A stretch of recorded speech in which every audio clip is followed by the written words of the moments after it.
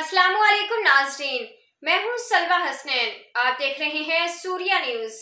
आइए नजर डालते हैं आज की अहम खबरों पर। ठल रिपोर्ट फैज सिंधी जैकबाबाद पुलिस ने ठल से गिरफ्तार एक और मुलजिम को मावराए अदालत जाली पुलिस मुकाबला जाहिर करके फुल फ्राई कर दिया।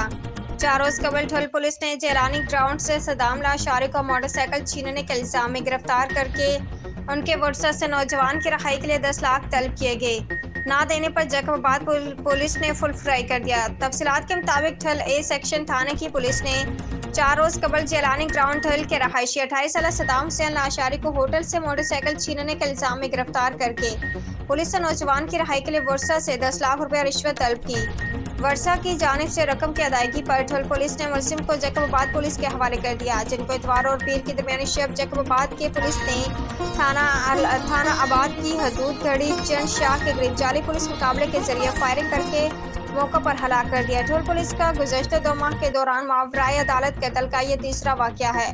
इस वाक़े के बाद एसएसपी के प्रेस तर्जमान ने एक प्रेस रिलीज जारी करके जाली मुकाबले में हलाक किए जाने वाले मुलजिम सदाम हुसैन लाशारी के खिलाफ मुख्तलिफ थानों में 5 मुकदमात का जिक्र किया। लाश जब घर पहुंची तो कोहराम बर्पा हो गया। इस सिलसिले में मालूम हुआ है कि वालिदैन का इकलौता बेटा था और मकतूल की एक बेटी और 3 बेटे की औलाद थी।